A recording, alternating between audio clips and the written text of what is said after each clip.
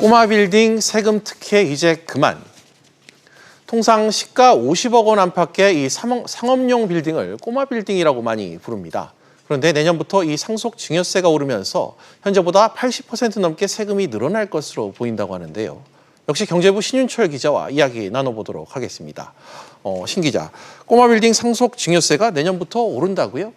네, 기획재정부와 국세청에 따르면 내년부터 상속 증여세를 계산할 때 꼬마 빌딩 건물 평가를 현재 기준 시가에서 감정 평가를 활용한 시가로 변경키로 했습니다. 상속이나 증여할 경우 관련 세금이 더 늘어날 가능성이 있습니다. 예, 신 기자, 구체적으로 얼마나 늘어나게 되는 겁니까?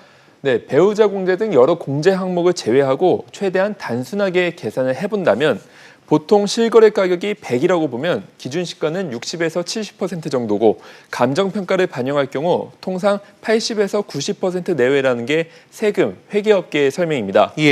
예를 들어 실거래가 50억 원인 꼬마 빌딩을 기준 시가 60%로 계산했을 때는 세금의 기준이 30억 원이 됩니다. 상속세 과세 표준 10억 원 초과 30억 원 이하에 해당돼 세율이 40%인데요. 하지만 감정평가를 통해 실거래가의 90% 수준인 45억 원으로 평가받으면 과세 표준 30억 원을 초과해 세율이 50%로 오릅니다. 기존에는 세금을 12억 원가량만 내면 되는데 바뀐 제도에서는 22억 원 이상을 내야 합니다.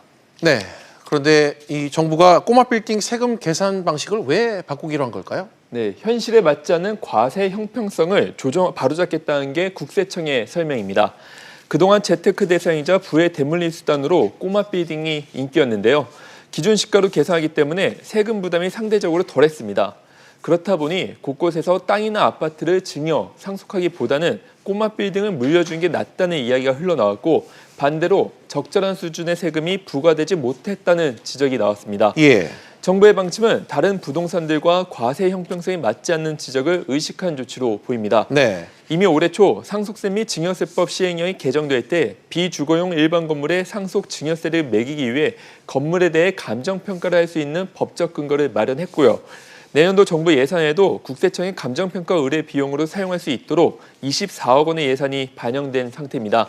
다만 꼬마 빌딩의 고가라는 가격 기준과 대상 지역을 어떻게 정할지는 과세 당국이 검토 중이기 때문에 실제 시행 전에 추가적인 제도 마련에 나설 것으로 예상됩니다.